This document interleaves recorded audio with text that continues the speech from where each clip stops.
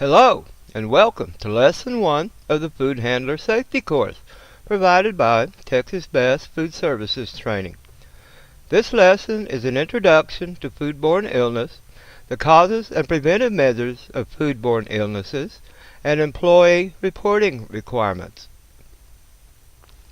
First, for a few definitions. Food. Food is a raw, cooked, or processed edible substance, ice, beverage, or ingredient used or intended to be used for sale in whole or in part for human consumption or chewing gum.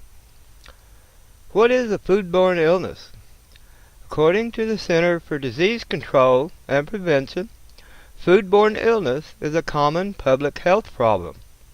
Each year, 1 in 6 Americans get sick by consuming contaminated food or beverages. There are many different types of foodborne illnesses. They can be caused by viruses, the number one cause, disease-causing microbes, which are called pathogens, poisonous chemicals, or other harmful substances accidentally introduced into food. Foodborne disease outbreak. A foodborne disease outbreak is when 2 or more people have the same symptoms after eating the same food. This includes an investigation which is conducted by state and local regulatory authorities, and the outbreak is confirmed by laboratory analysis. What is the highly susceptible population? Highly susceptible population are persons who are more likely than other people in the general population to experience foodborne disease because they are immunocompromised, such as AIDS patients, and preschool children or older adults.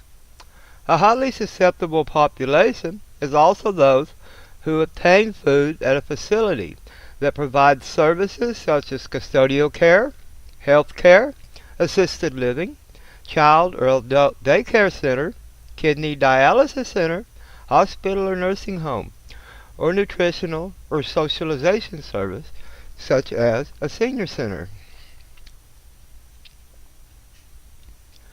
Behaviors associated with foodborne illness and foodborne outbreaks. Foodborne illness occurs because of food contamination and can be biological, chemical, or physical in origin. Biological contamination includes bacteria, viruses, parasites, and fungi. Chemical contamination includes cleaners, sanitizers, and polishes. Physical contamination includes metal shavings, staples, bandages, glass, dirt, fingernail polish, and natural objects such as bones in a fillet. Foodborne illness usually occurs because of one or more of the following factors. Poor personal hygiene. Employees must effectively clean their hands, exposed arms, under their fingernails, and wear clean clothing and aprons at all times when around food. Time and temperature abuse. Food handlers must be aware of potentially hazardous food, designated as PHF, being particularly careful in cooking those foods known to cause severe foodborne illness and death, such as shell eggs and comminuted meats, which is powdered or pulverized. They must monitor cooking temperatures, use appropriate temperature measuring devices that have been scaled and calibrated properly, and use proper methods to rapidly cool potentially hazardous foods that are not held hot or are not for consumption within 4 hours. Temperature control. Temperature can be used to control the growth of harmful bacteria in foods. The danger zone is a range of temperatures between 41 degrees and 135 degrees Fahrenheit, where bacteria grow very quickly. You must avoid having foods in the danger zone. When heating or cooling foods, the food must pass through the danger zone quickly. Cold holding. Potentially hazardous foods can be stored at cold temperatures in the refrigerator, salad bar, a refrigerated display case, or in ice to retard bacteria growth. Cold foods must be held at 41 degrees Fahrenheit or below. Shell eggs must be held at 45 degrees Fahrenheit or below when not treated to destroy all viable salmonella. You must check the food's temperature using a calibrated metal stem thermometer. If ice is used to keep food cold, such as on a salad bar, the ice should be level with the food in the pan or dish, and the ice must be replaced as it melts. Hot holding. Hot cooked foods must be held at 135 degrees Fahrenheit or above. Properly prepared roasts, which have been cooked for the proper time and temperature, as required by the Texas Administrative Code, must be held at 130 degrees or above. Cross-contamination. Cross-contamination is a leading cause of foodborne illness and is the transfer of harmful bacteria to food from improperly handled cutting boards, utensils, or from other foods. When handling raw meat, poultry, and seafood, keep these items separate and their juices away from cooked or ready-to-eat foods and fresh fruit and vegetables. Food shall be protected from cross-contamination by observing foods as they are received to determine that they are from approved sources, delivered at the required temperatures, protected from contamination, unadulterated, and accurately presented. Also, separate raw animal foods during storage, preparation, holding, and display from raw, ready-to-eat foods, including other raw animal foods, such as fish for sushi, or molluscan shellfish, or other raw, ready-to-eat foods, such as vegetables. Raw foods must be separated from cooked, ready-to-eat food. Except when combined as ingredients, separate types of raw animal food from each other, such as beef, fish, lamb, pork, and poultry during storage, preparation, holding, and display by using separate equipment for each type or arranging each type of food in equipment so that cross-contamination of one type with another is prevented, and preparing each type of food at different times and or different areas. Preventing cross-contamination also requires proper cleaning and sanitizing. Reportable illnesses. Food handlers must report to their employee or employer or person in charge if they are diagnosed with an illness due to norovirus, hepatitis A virus, salmonella, shigella, or Escherichia coli, often known as E. coli. Norovirus and Hep A are viruses. As such, they are easily airborne and very contagious. They are both caused by contact with fecally contaminated food and water. If someone vomits or has diarrhea, if a virus is present, it will be airborne and contaminates the surrounding air. Cleaning up the liquid will not clean up the problem.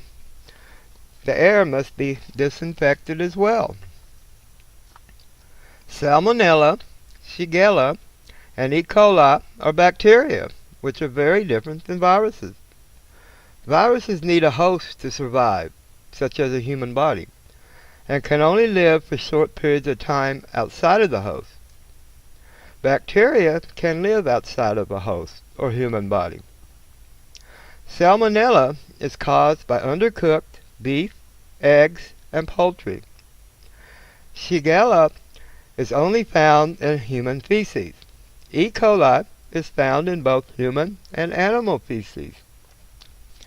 They are necessary ingredients for digestion, and your digestive tract keeps them from invading other portions of your body. When they get into other portions of your body in sufficient numbers, they can make you sick and can cause things like sore throat, ear infection, and pneumonia. However, these three bacteria can be killed at 160 degrees Fahrenheit.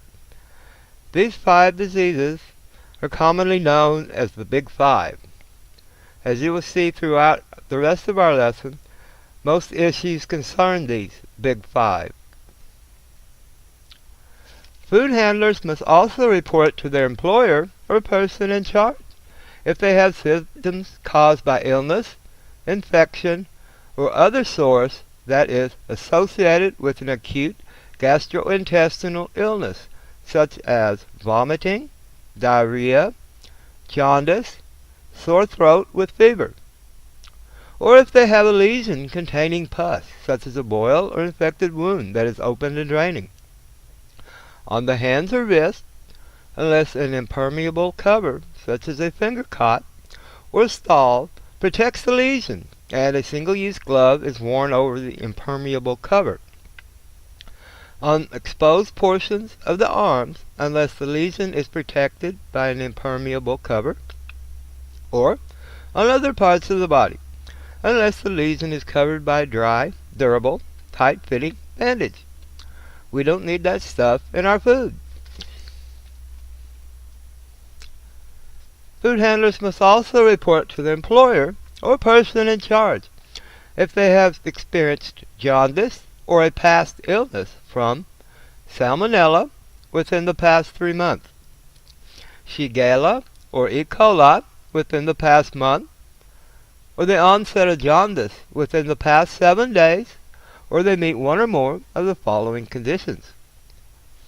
They are suspected of causing or being exposed to a confirmed disease outbreak caused by norovirus, Salmonella, Shigella, E. coli, or hepatitis A virus, including an outbreak at an event such as family meal, church supper, or festival because the food employee or applicant prepared food implicated in the outbreak, or consumed implicated food or food at the event prepared by a person who is infected or ill with the infectious agent that caused the outbreak, or who is suspected of being a shedder of the infectious agent, or lives in the same household as, or has knowledge about, a person who is diagnosed with a disease caused by, guess what, norovirus, Salmonella, Shigella, E. coli, or hepatitis A, or lives in the same household as,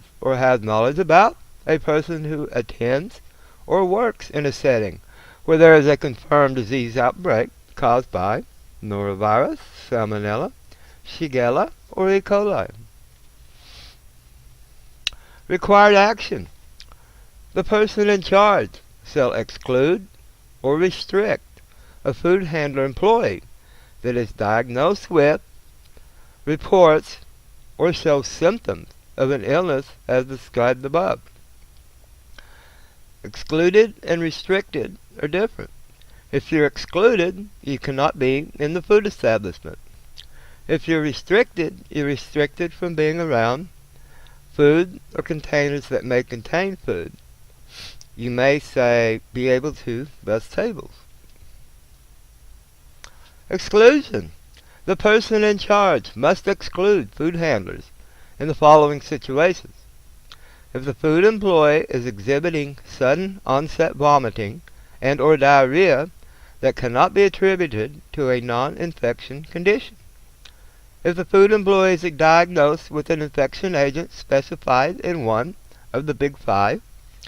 Exclude jaundice food employees from the food establishment if the onset of jaundice occurred within the last 7 calendar days. Exclude a food employee who is serving a highly susceptible population if the food employee is not experiencing a symptom of acute gastrointestinal illness but has a stool that is positive for norovirus, Salmonella, Shigella, or E. coli, or had a past illness from Salmonella within the last 3 months, unless the employee provides laboratory confirmation of 3 consecutive negative stools and shows no symptoms, or had a past illness from E. coli within the last month, unless the employee provides laboratory confirmation of 2 consecutive negative test results and shows no symptoms. Restriction. The person in charge must restrict food handlers from working with exposed food, cleaning equipment, utensils, linens, and unwrapped single-service and single-use articles in a food establishment if the food employee is suffering from a sore throat with fever or not experiencing a symptom of acute gastroenteritis specified under 1.3a, but has a stool that yields a specimen culture that is positive for norovirus, salmonella, shigella, or E. coli, or has a lesion containing pus such as a boil or infected wound that is open or draining that is not covered with an impermeable cover. Reportable symptoms. Food handlers must report symptoms caused by illness, infection, or associated with an acute gastrointestinal illness to the person in charge to reduce the risk of foodborne disease transmission. Reportable symptoms include vomiting, diarrhea, jaundice, sore throat with fever, and lesions containing pus.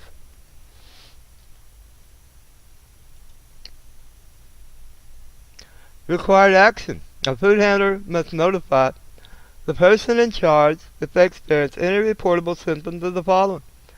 The food manager must then either restrict or exclude the food handler employee from the food operation based on the issue.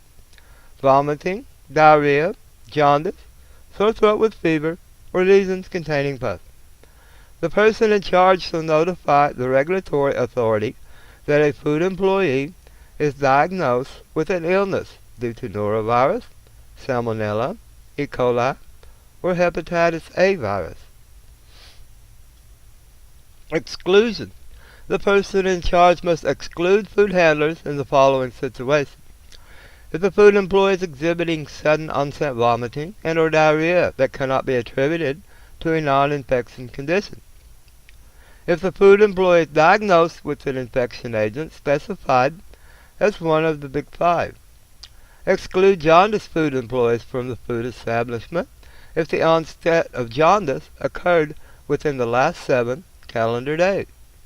Exclude a food employee who is serving a highly susceptible population if the food employee is not experiencing a symptom of acute gastrointestinal illness, but has a stool that is positive for norovirus, salmonella, shigella, or E. coli, or had a past illness with salmonella within the last 3 months, unless the employee provides laboratory confirmation of 3 consecutive negative stools and is asymptomatic, meaning having no symptoms, or had a past illness from E. coli within the last month, unless the employee provides laboratory confirmation of 2 consecutive negative stools, asymptomatic.